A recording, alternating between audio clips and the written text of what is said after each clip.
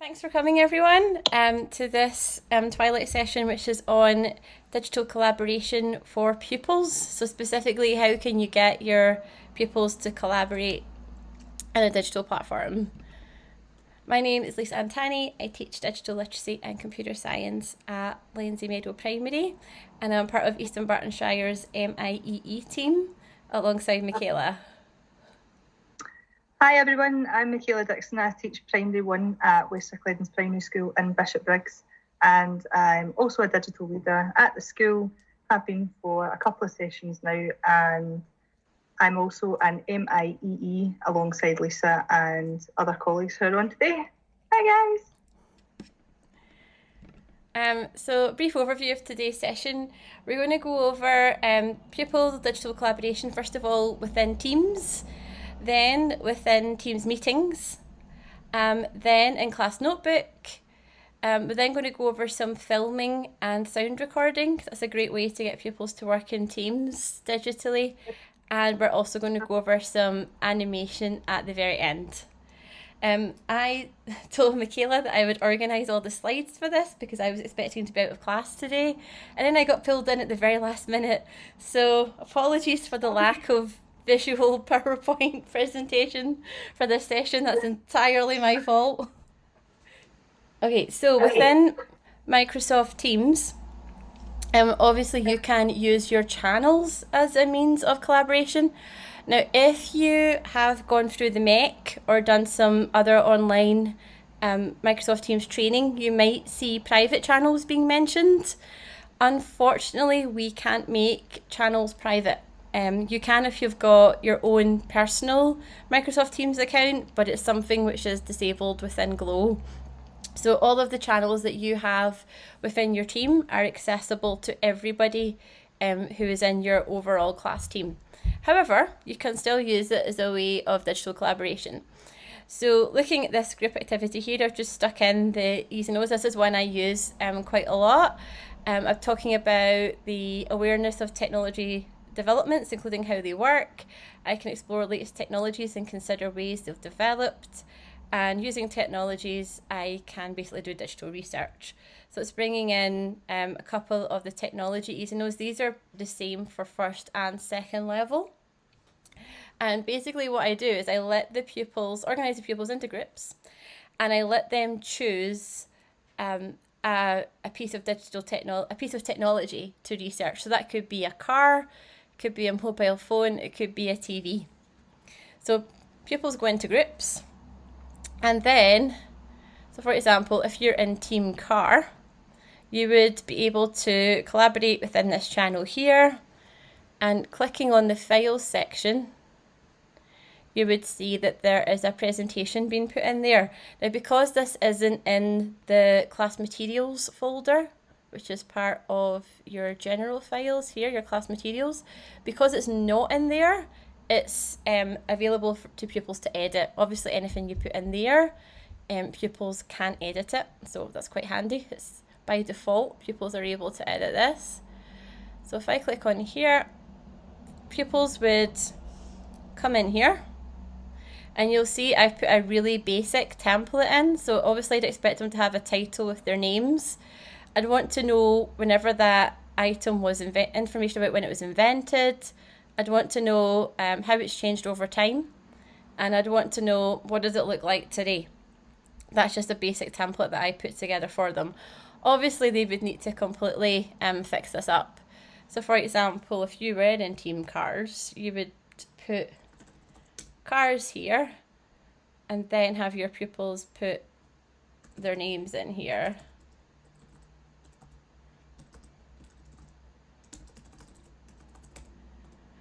And as Michaela showed us at a previous one, you can come over to Design, click on Designer here, and using artificial intelligence, you'll see that PowerPoint has came up with some possibilities here that we might want to put in. There we go. And you can see there that because Michaela is a part of this team, she's been able to add in her name there as well. So pupils would collaborate to basically fill this out. And if in that process, rather than flicking back and forward between the Teams channel and this actual PowerPoint section, they can have a conversation just here. So I could say, hi,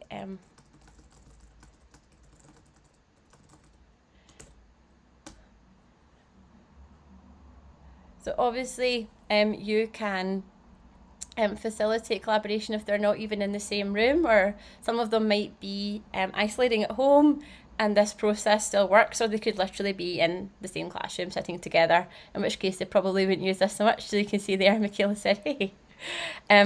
So when you are looking at these files, when the pupils have finished them, it's really great that you can scroll through this conversation section and just have a look to see how their collaboration skills have been. Have they been a little bit backseat, not really got themselves involved, or have they been overly bossy? And it's a really good way of assessing, just having a scroll through this channel here. So if I come out of this, you'll see that I've put the exact same file or template is in the mobile phone one. However, I've not put it into the TV team yet. The easy way to do that is just within the mobile phone one, if I click on the ellipses and click on copy, it then asks me where I want to copy it to, so I can just go a level up, go into Team TV and copy it there. And hopefully now, if I go into Team TV and click on Files, yep, that's it there. Now I just have to rename it, because this is obviously Team TV.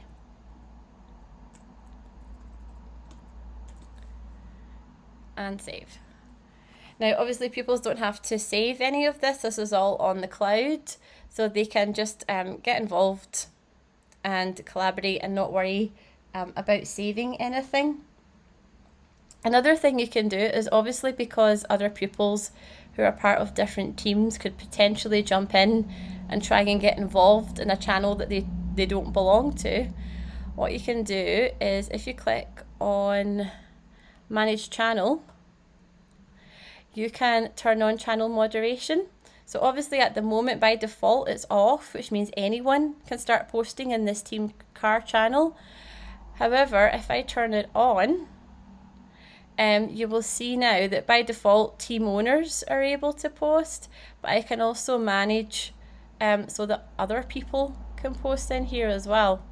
If you have pupils in the team, you would just select them and obviously you can go through the settings here and change. So that means that if a pupil isn't a member of this channel, although they can go in and have a look, they wouldn't actually be able to post within it, which is really handy, but they still can go in and look around. Now obviously this exact same process of having a file sitting in there would work exactly the same with Excel files and with Word documents as well, and they've also got the little conversation option down the side.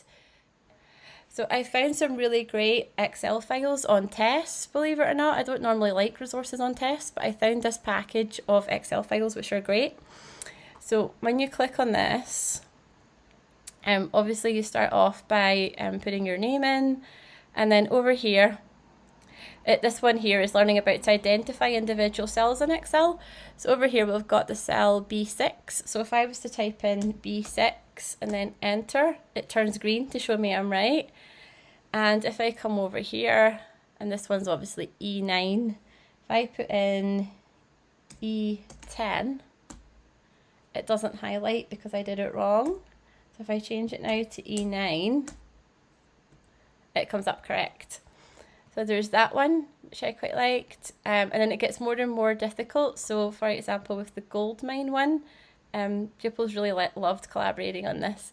So this is where you have to put in some formula for adding, obviously. So we've got this figure here plus this figure here should be displayed in there. So obviously you just put in the equal sign. And then 19 is in cell B7. And we want to add it to 75, which is in cell C7. And if we then press enter, it turns gold because that formula is correct. If you type the formula in wrong, it doesn't work. Another one which is really great, particularly for collaboration, is problem solving. And for this one, they're in a sweet shop and they have to try and buy exactly 14 sweets for exactly £10. And this took some of them about an hour to do. It was really, really great for going through that whole problem solving process. Particularly, this was a paired activity. And they really loved it because it's easy to understand the concept of it, but it's more difficult to actually solve it. So there's a bunch of resources like that you can use to collaborate within Excel. And next up, I was going to talk about forms and Sway. So obviously within forms, if you create a new quiz, just as you can go into forms and create quizzes, so can your pupils. So this fits in really, really nicely with a load of data handling E's and O's in numeracy. So what you can do is one of the pupils can obviously start up a form and then click on share. And down the side here, they want to be clicking to share to collaborate.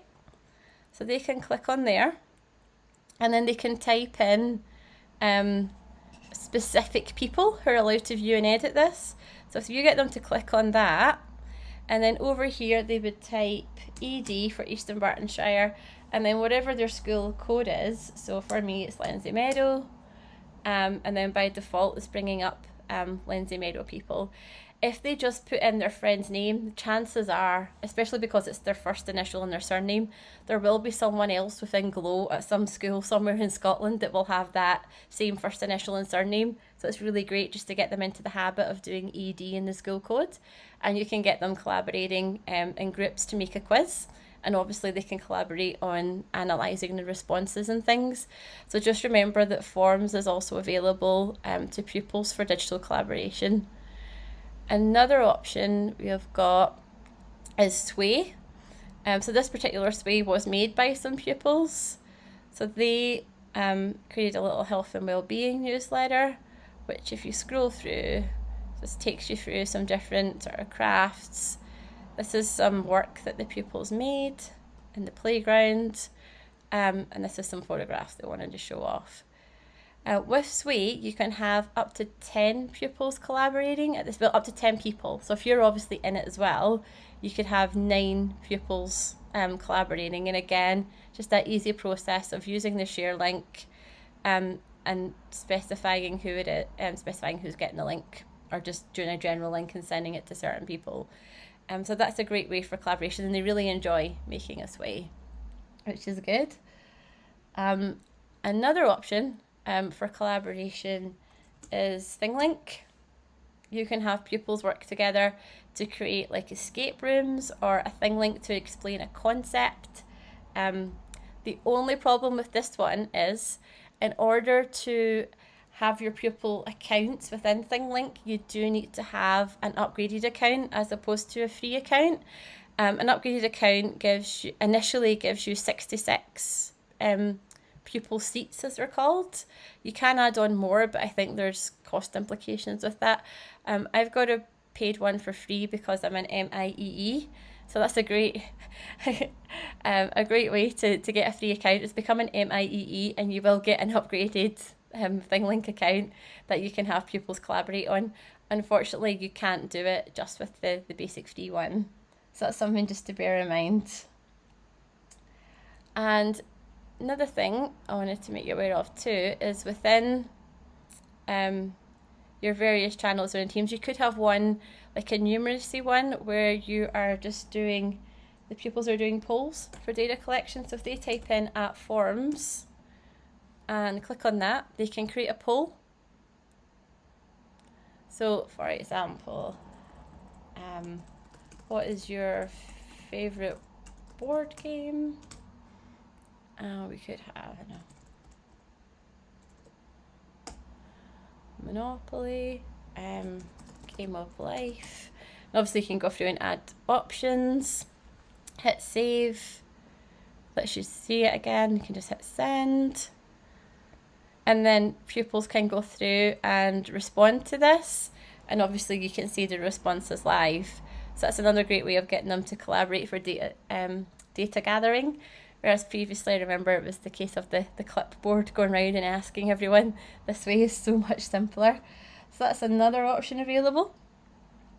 Something else I wanted to mention too within the channels is you now have the option to come up to the tabs along the top, and there's a whiteboard app in there now, so you can now add a whiteboard to a channel, which is really great at the beginning of a collaboration project, just to get sort of mind map down or some general ideas. So you can obviously give it a name, hit save, and you can obviously specify if it's just you that's doing it, it's a presentation reason, or is it a collaboration tool. Obviously in this instance you'd want it to be a collaboration tool where everyone can edit it. So you would click that, and then maybe at the beginning instruct pupils to work together to either they can type using this typing tool here, or they can just simply free write using the various different pencils here. So that's a great way to have evidence of initial sort of planning and preparation for a project. Another thing to just bear in mind is that when you're using these channels, obviously anyone within the team can go into files and have a look. In this case, this instance, it doesn't actually matter because they're in different groups researching entirely different bits of technology, so I wouldn't really be worried about any copying going on because it's completely different. But if you were doing something where it was all of the same thing, and there is that possibility of copying, what you could do is just within OneDrive, you could upload a file or create a new file and then share it there, putting the various different pupil names in, and that way they'll get an email about it, or you can send them a link to it somehow, and that way it's not actually being hosted on Teams, which means only the people who you have shared that file with would be able to see it. So yeah, basically that is a sort of rundown on how to do collaboration within Teams using channels. And now I'm going to pass you over to Michaela, who's going to talk about collaboration in Teams using live meetings. Thanks, Lisa. And just before you stop sharing your screen, I was going to ask, could you show the first thing, which is breakout rooms, and just how that can be set up within Teams? Yep, I remembered. So we've just discovered that the breakout rooms are only available to the meeting organizer. So if you're a presenter or an attendee, you are not able to do this. It's only the organizer, and it's just up here. So next to where you've got your more actions, you have a box here called breakout rooms. To be honest, I've not used them, and it's simply due to staffing. Like at the moment, we need to have 2 members of staff in every class call that we do. And if we were to then create even one breakout room, that would be another 2 members of staff to be in the other breakout room. So you're then talking, 4 members of staff for one class meeting just with 2 breakout rooms in it. So it's something I have personally not made use of yet. But you can see here you've got room settings, how many rooms you want to set up. It's down here, and you can have it automatically assign people, or you can manually go through and assign people. I don't want to literally do it at the moment because it would do it. It would have everyone going off into breakout rooms, but that's where it is, just so you're aware of that. Thanks, Lisa. So basically Microsoft have released the breakout room functionality, which again, as Lisa said, it's only meeting organisers. So whoever sets up the meeting is the person who can facilitate breakout rooms. However, if you have other colleagues and you add them in and make them presenters, it still doesn't give them this functionality. It's only the person who sets the meeting up that can allocate this. So there is guidance around it, especially with learner safety, that basically GLOW recommends that additional staff members are present, as Lisa's already said, because when the breakout rooms appear, basically they can be unsupervised. So once you can either manually add pupils. So if you were wanting to do, for example, certain groups of children were working together, you can manually add that, or you can automatically do it so that it's just randomly chosen and they're put just in mixed groups. But there's an increased risk of learners being unsupervised with the video enabled, because obviously after, I think it was August last year, their videos have been enabled since then.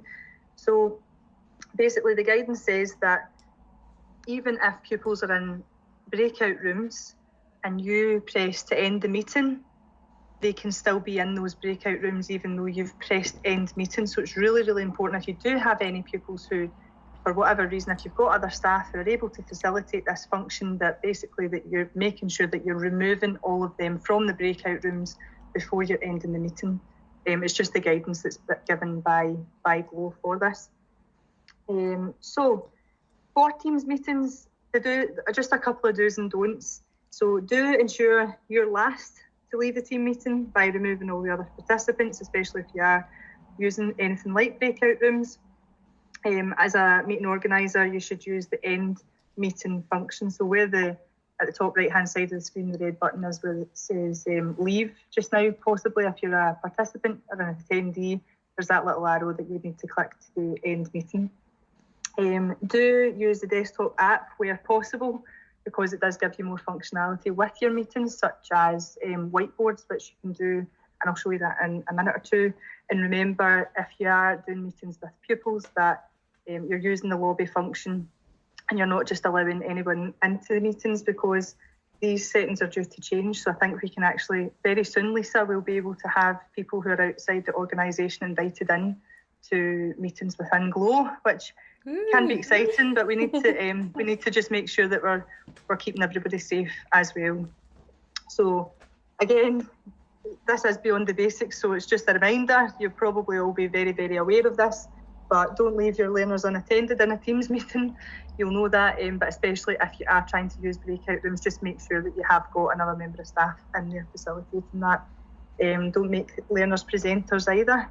Again, sometimes if you're thinking, I'll make them a presenter so they can show something, that gives them a lot more options to what they can do in a meeting. So if a learner is one, say for saying sake, we were doing show and tell in my particular class, and you can spotlight them, which means that actually they're still an attendee, they've not got any more permission than they had before, but their photo would come up. But again, that's something you would maybe want to make sure with the learner that was okay. If they wanted to do a show and tell or something like that, then fair enough. But if you're just randomly saying to pupils, I'm going to spotlight you, there's all sorts of reasons that pupils might not have their cameras turned on anyway, so it's just something to think about. Another one is, I've just got the lobby here, so you can set your lobby to automatically admit everyone, and we often do that when we're having training sessions. But again, if you are doing this with pupils, there's pros and cons to it. So you can have the lobby turned off, and it means that if they get disconnected, they can automatically rejoin. But again, you need to be careful with the settings, just because it means that anyone in the team can then just join the meeting, and you might not be aware that they've actually joined the meeting. And the last thing, again, just reiterating yet again, breakout rooms, fantastic feature, but it's really, really important that, I know you can't see my screen, sorry. It's Lisa, would you mind popping the slides back up just now? I'm just talking through this really at the moment, thank you though. But so just unless you've got adequate staff supervision, then just maybe prevent from using breakout rooms. So, sorry, thanks, I put the wrong one up. That's all right. That's all right. It's that kind of day. That's all right. Sorry, and thank you for that. What I'll do is I'll show you. So Lisa mentioned about whiteboards in Teams. So hold on. Lisa, can you just go back just a wee second? Thank you. But what I'll do is here we are. There's two ways to get into whiteboards. Here we go. Right, so this is what the whiteboard would look like if you're in a class Teams meet. Okay, so there are two options. So if you go to your settings here in the settings menu, it lets me click it. You can export the image at the end, and then there's lots of different information and things in here. But usually when you set up a whiteboard, it'll ask you if you want to set it to collaborate or view only for your pupils. So you can have it so that you're shown an example of maybe working for a maths calculation, or if you are wanting them to collaborate, they can use the different pen functionalities. And hi Mandy, well done. We post it in there, and then we can see that Mandy's already. So this is obviously one that's ready to collaborate. So feel free, if you want, you can add something on here. Oh, there's a wee scribble. There we go. Thanks. I think that's Miss Bonington there. Thank you. Right, let me see. There you go. So again, you can have this with pupils. Oh, loving this. That's a wee face. There we go. Nice wee smile. A wee smile back to you. There we go. So lots of fun to be had. There's Mr. Cameron there. Lots and lots of fun to be had with whiteboard. This is what my pupils do. Scribbling. Yes. Mine too. But yeah, so you can see the fun that can be had with that, or you can put it so that basically you can show a maths example and they can only view the whiteboard, but they can't actually do anything with it. But again, if you are looking for your pupils to collaborate on the whiteboard, then this might be it. And it might be just about setting some ground rules beforehand and saying, look, no scribbles today. I want you to use the text function. I want you to do some touch typing, okay?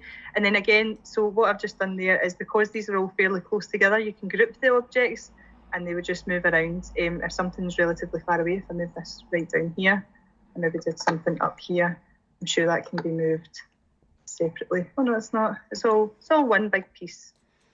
You look at these things online and then you try it yourself, and sometimes it just doesn't work the way you want it to. But there we go. So there's whiteboard, which is already integrated within Teams meetings. So I'll stop presenting the whiteboard and I'll show you whiteboard.fi, which again is fairly new to me, but I know that lots of people have used it and it is really good. So this again is something you can join just now if you feel like it. I better get my phone ready. So if you want to use this during live meets, basically it's really easy. The website is whiteboard.fi, and all you have to do is you can go to new class. You can join class if maybe you've got something set up, but this is really easy. If you go to new class, give it a name, so we'll do EDC Digital, and you can get a waiting room, add the lobby on just like your Teams meetings, and you've got enable manual save mode for students. So that it automatically saves the whiteboard there. So I'm just going to leave them the way they are and create a new class. And if you've got a mobile device just now, I'll put the QR code on the screen and feel free to join, or the room code if you go into whiteboard.fi /F284V. That is where you can join just now. So I'll show the QR code and you can scan it if you like. So if I scan this with my camera on my phone and then just tap the website at the top, I can then go in and act as a pupil. So I'll pop my name on and I'll do MD join whiteboard class, and then anyone who has joined, there we go, Mrs. MD times 2. Thanks, Mandy. So you can join, and basically then you'll have a whiteboard on your screen on your device, and anything that you add onto there. So I'll just do a little hello on mine, and I'll click. I'm just MD at the moment, but here's my little hello. So you can then go in and out of your pupils' whiteboards. You don't have to share your screen. You could just ask them. You could share your screen for the QR code, or just share the link in the chat function in your Teams meeting, and then you can pop on here. Now, the feedback and the quick reactions are for premium accounts. You need to purchase it, but there's lots of things on here that are free that are really good for collaboration. If I press close to my whiteboard, clicking second tick box actually disables. Oh, sorry, I've said it enables, it disables it. I do apologise. And there's Miss B, hey. And then you can see in almost real time what is happening on here. There's a nice wee bitmoji.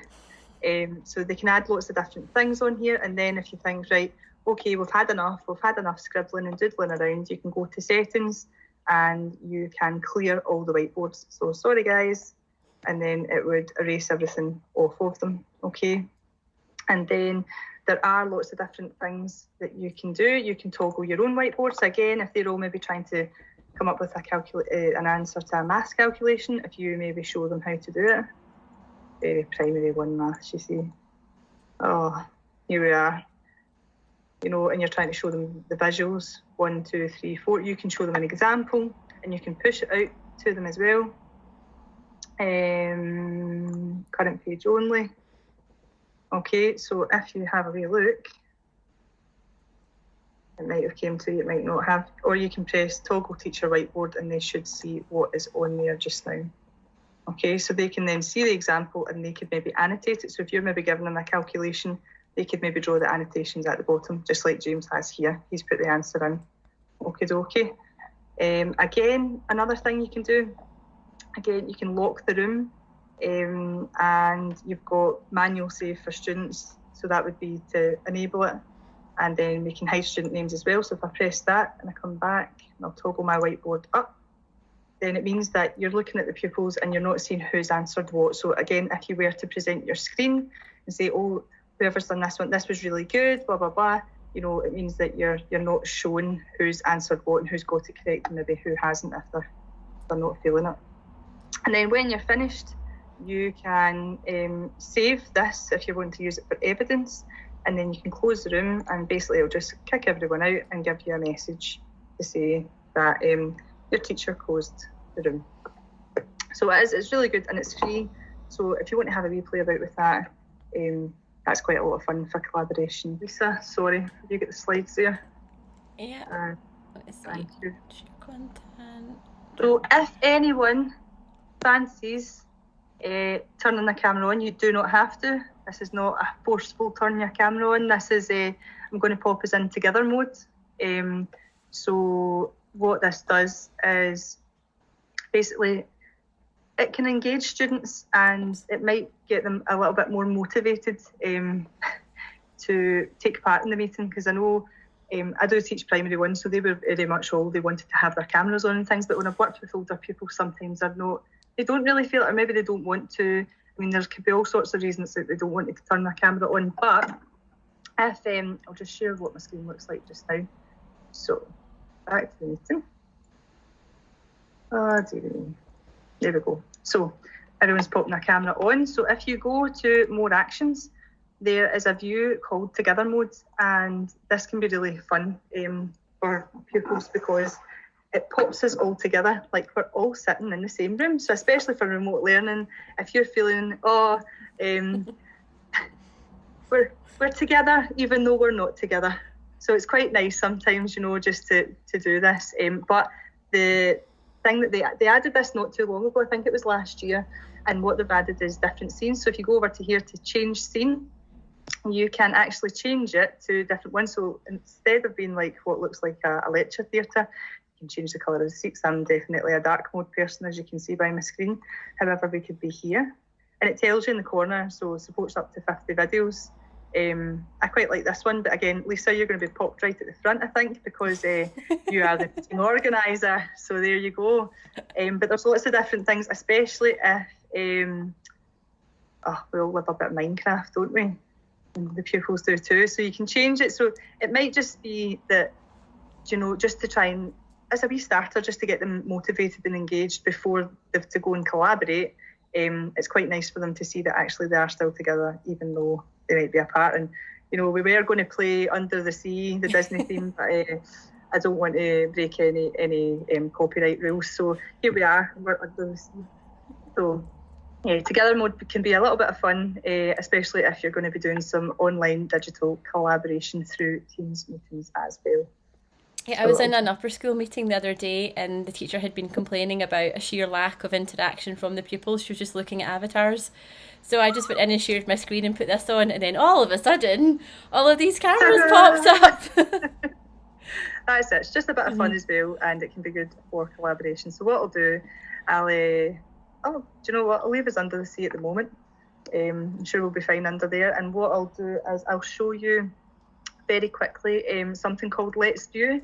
So Let's View is an app that you can download onto mobile devices, and basically if you are in a Teams meeting and you're wanting to maybe mirror your screen from a mobile device as well as show what's maybe a presentation or something like that, it can be done with this app. However, both devices do need to be connected to the same Wi-Fi. So if I quickly show you a tweet from Sarah Clark, who is an MIE fellow for Scotland, she had tweeted this because I couldn't actually get it to work on my work laptop, unfortunately, but she can basically share her screen or present while she's also mirroring the screen of her mobile device. So perhaps if she's trying to show something, or you can also use it as a visualizer if you've not actually got one. It's just worth looking up and maybe exploring if it's something that is of interest to you, especially if you are wanting pupils to collaborate and you're maybe showing them how to do something, or examples or different things like that. But just thought it would be a nice little thing to mention, and that can be used as well. So I'll come back here. And another one is Kahoot. Now, Kahoot's something that I've not used for quite a wee while, but has always been a really, really fantastic tool, especially for now. Not done one for quite some time, but if you come into create.kahoot.it, you've probably heard of Kahoot, but there's lots and lots of different features that it's got now. And to be honest, Lisa, if you want to contribute anywhere here, because I've only really used Kahoot for quizzes, and I'm aware that obviously you can upgrade your account now, and there must be much more added since last time I've used it. If you're an MIEE, you get a free upgrade, so there's another reason to become an MIE. There you go. So you really need to become an MIEE, and it only, do you know, it's so simple. As Mandy told me last time, just make a sway. How are you good at digital technology? Make a sway, tell us how, and then look at the question. Microsoft, they give you 4 questions, don't get me wrong, but if you answer the questions and tell them how good you are, then there's lots of little perks that come with it, so it is really good. So again, it's got so much more than it did the last time I was properly using it with pupils, because in primary 1, and especially when you've not got many devices, sometimes it's not always the best option or the most easiest option. But again, new Kahoot you can create, it's very much like a quiz, which is lots of fun, but there's interactive lessons now, teach with slides, formative assessment, lots of things have been added which would be well worth exploring. But again, you can type your questions, and it's just a bit like what we had there with the whiteboard.fi. You can share it, and then it's very much a live quiz. So I'll see if I can show you an old one, and it'll be a very old one, so I do apologise. Here we go. How well do you know Mrs. Dixon? Created over 2 years ago, so this might be a wee bit old and outdated potentially, for virtual classrooms. So again, for self-paced learning. So this would be what you were looking for if you are doing this within teams. So play a live game together with your learners. And again, you could have them in teams, so it's, you're competing for points for saying sake. Or again, if you did have a quiz and it was for your remote learning where they were completing it on their own, you can use it there as well. But I'm not going to get you all to answer questions about me over 2 years ago, because it could be possible that the answers have maybe changed. But so you could do it player versus player or team versus team, and again, that's where you could get your pupils to collaborate. And it's not all about you having to go and create Kahoots. There's a big bank of quizzes already on Kahoot. And you can also get pupils, I'm especially thinking of upper school pupils or secondary pupils, who can create quizzes maybe about a certain topic or a certain subject, and they quiz other people within the class. Again, really, really good option is Kahoot. And I'll come back to the meeting, and I'll stop sharing my screen just now, but we are still all under the sea on my screen, and that's maybe a good point to make. So when you do turn on together mode, it's really good that you need to share your screen. So you share your screen, but if anyone pops themselves in together mode, anyone with their camera on, they can see it on their screen, but not everybody sees it. So it's the person who is the presenter at the time can put you in together mode, and then you would have to share your screen for your learners to see it. And the next thing I'm going to talk about is Class Notebook. So just the collaboration part, I'm aware I've already delivered this Class Notebook training 4 times, but there's just a wee collaboration bit that I think would be really relevant. So what we'll do is just bear with me until I can get these slides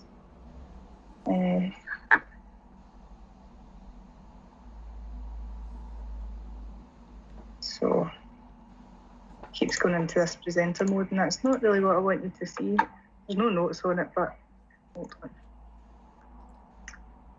Just share my screen again.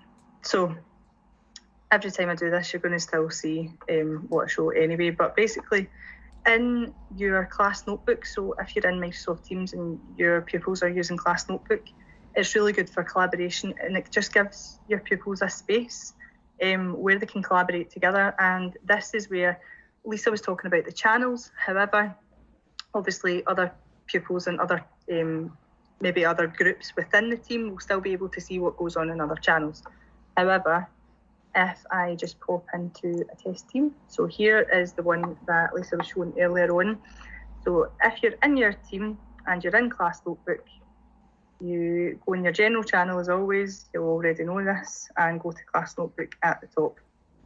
So as we've discussed quite a few times, sound like a broken record, you can use your collaboration space within Teams. So if you pop over to the library icon, which used to be an arrow and was changed, you can come into your collaboration space.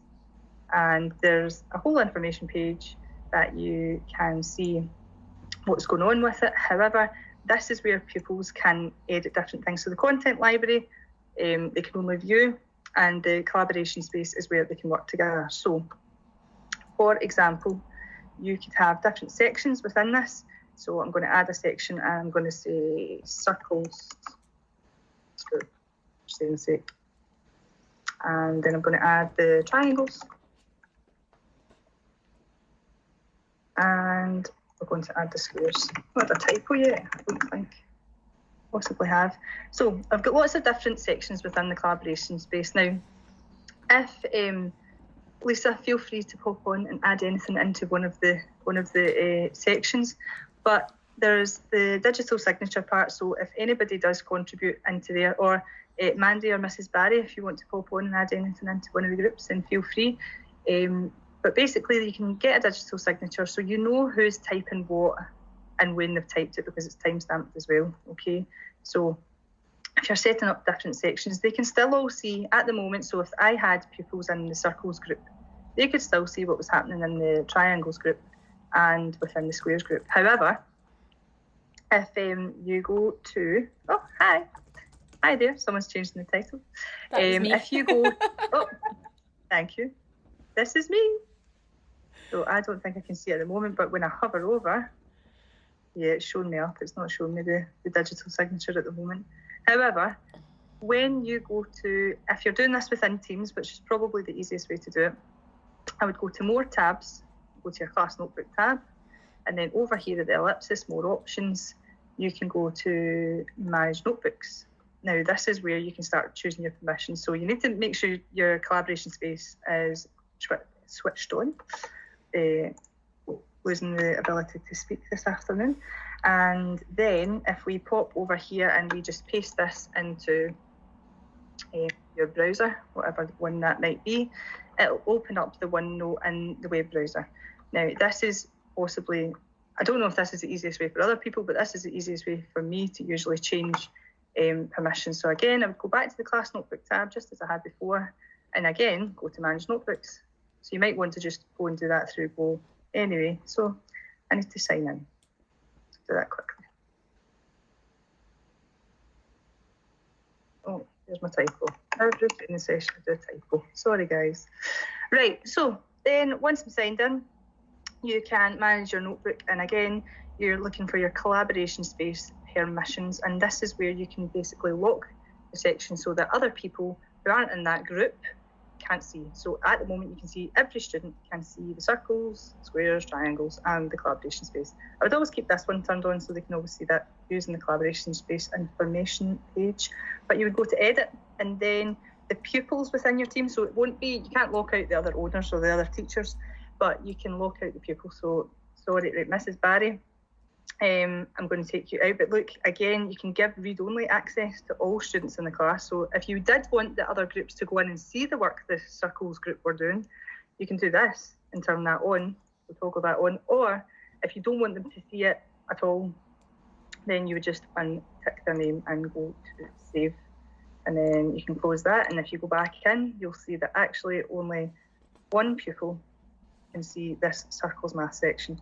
So for this section, I'm going to turn off this one and go to save, and you get the idea. Okay, so that's how you would change that. And this is a good feature, but we unfortunately within Go can't use the parent and guardian links, because that within Microsoft Teams, in an ideal world, then the parents and guardians could go in and look at the work their children were doing in the notebook. But in Glow, unfortunately, this is disabled. So I'll pass back over to Lisa, and she's going to go through the next part, which is filming. Yay! Hey, one of my favourite things to do. So let me just share my screen. Desktop. So obviously in school you tend to have a load of iPads, which are fantastic for filming. You can obviously have the pupils directly edit back the filming that they have done within iMovie on the iPads. If you don't want to do that, if you want them editing on a laptop or desktop computer, there's a little bit of an issue with that, what I find in my school, in that the network just can't handle the file sizes unless the video is literally 2 or 3 seconds long. So what I've done to work my way around that is, number one option is you can, if you've happened to have a MacBook, you can take that in and just have the pupils airdrop the files to you. And then I would put them on to a USB flash drive and put them onto the school network in a shared area where they can access them to edit. So that's option one.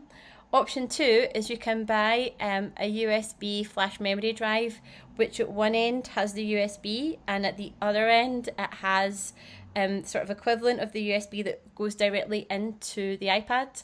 So what you could do then is you need to have the app that goes along with the USB memory stick in it, but you could then click and drag to move the video directly from the iPad into the USB flash memory drive.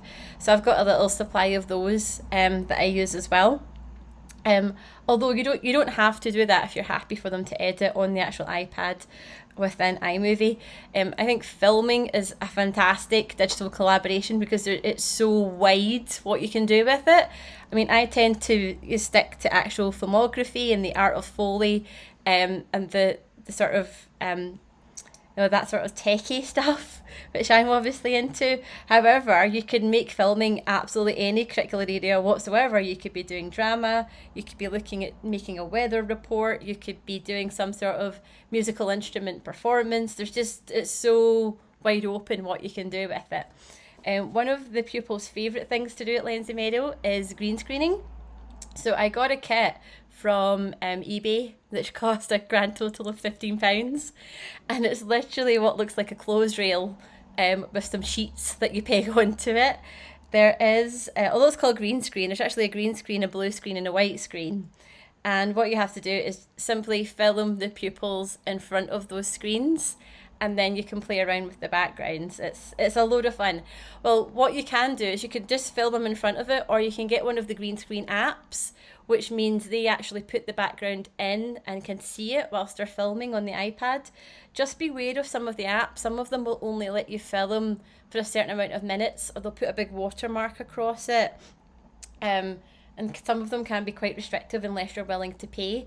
So I let the pupils play with the apps just to get that experience of seeing it live. Some of the clips are brilliant, like a fire-breathing dragon, and the pupils are in front of the green screen, like running away from it, and they absolutely love it.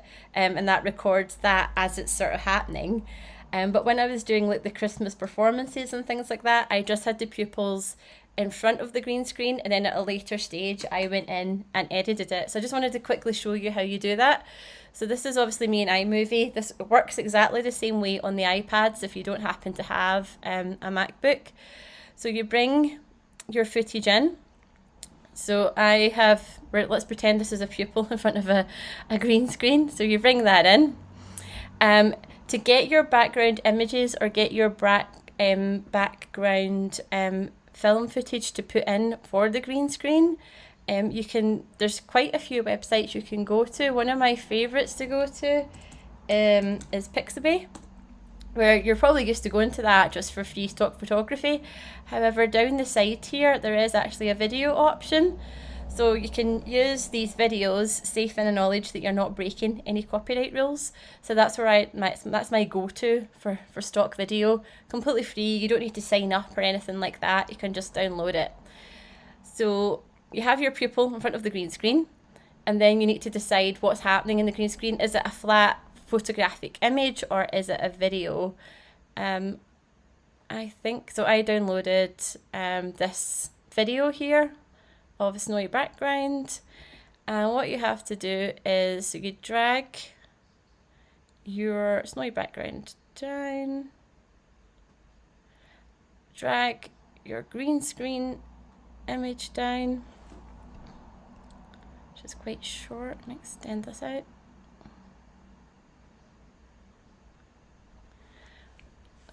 And just now, there we go. So if I just drag this over. Now, on this green screen footage, when I come up here, if I click on this option, just here, I just simply click on green or blue screen right there. And you can see now, if I move the playhead back to here, back to the beginning and play it, you can see that the butterfly was now flying through this snowy scene. It's as simple as that. The pupils absolutely love doing this. Yeah, I had them doing news reports and all sorts of things. There's some great videos on there. One of the other ones I found was it this one? Yeah, like this one. So you have them sitting at a desk and having some sort of news flash, which could be related to literally any area of the curriculum. So that's as easy as green screen is, and it's probably one of my pupils' favourite things to do. So, and it's really not that expensive. You don't even have to buy the kit. If you've literally got a green sheet, you can use that, or a green wall in your school, or a blue wall. You can just use that to film your green screen stuff. Finally, I just wanted to make you aware of some animation options for collaboration, because pupils absolutely love collaborating in animation. At a real basic level, you could have them animating in PowerPoint. You could have them animating using post-it pads. However, you can then progress that to a digital version, which is this website here called flipanim.com. And what they do is, this is basically like having a sort of post-it note but digitally. They draw a little scene on here, add to it, and it traces. Let me just quickly show you what it does. So if I draw, for example, let's pretend it's the sun over here, and then I add a new one, see how it's got it in faintly for me there?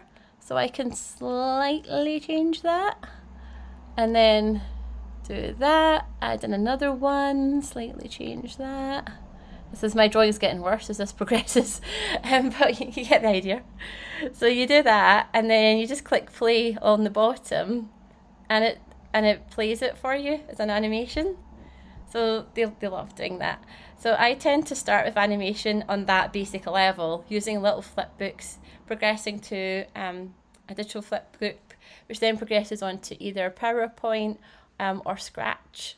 Now, if you're using Scratch, a great way to get pupils to collaborate is obviously with the infants. I tend to have them on a laptop between two, so they can literally both collaborate on the same project at exactly the same time on the same screen.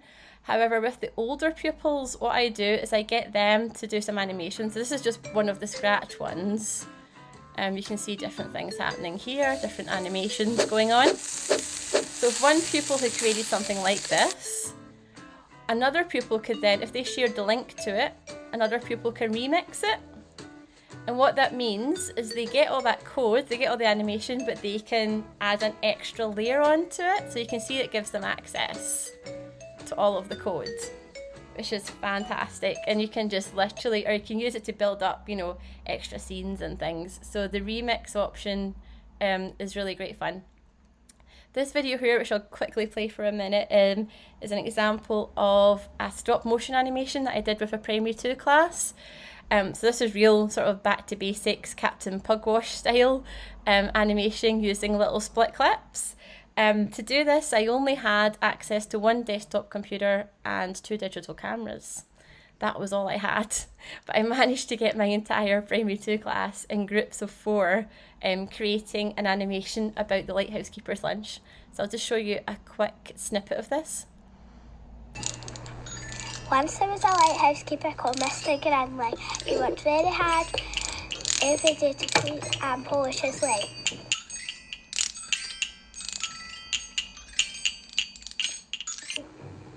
Mrs. Grinling was cooking some lunch for Mr. Grinling.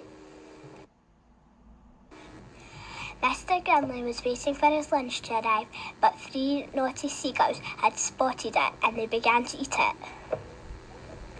Shoo off, you naughty seagulls! So pupils had a load of fun collaborating with that, and they learned so much about collaborating skills. They did everything on this. They recorded the sound, they did the sound effects with musical instruments. They did the painting of the backgrounds. They drew all the characters. They drew any props that were used. This was completely done by them from scratch, and they were so proud of it. Like at the end, we had a little movie afternoon where the parents came in and we had popcorn and they got to watch all of the performances, and it's probably one of my favourite things to teach is animation, but I think it's often overlooked and people tend to steer away from it. There's some great apps you can use as well. The Chatterpix app and the Clips app are great for teaching animation, and you can also integrate them into teams. Like I would have myself as a superhero, like my voice on Chatterpix telling pupils what was coming up in that class meeting or what was happening next. So yeah, sorry, I'm very conscious of the fact that I have run over time. So if you've got any questions about filming or animation, please let me know. I realise I have just quickly sort of super zoomed through that there. And thank you for coming. Yes. I'm aware I can see. Sorry, I've completely ran over time. Lisa, sorry. No, we had a question about notebooks, about the section maybe not appearing on. So basically, the way that I had locked it for one pupil, taking them off the permission. So they shouldn't see it. I know you're saying you need to go. I don't know if you're away already, so I'll maybe just type this in the chat pane. But they shouldn't see the section. But I'm going to just double check that. But they shouldn't see the section that they've removed permission from. Okay. There we go. But again, thank you for coming. It's Friday tomorrow. Yay. If you've had a long week, possibly like me. But yeah, it's Friday tomorrow, so thank you for coming. We do really appreciate it. Thank you.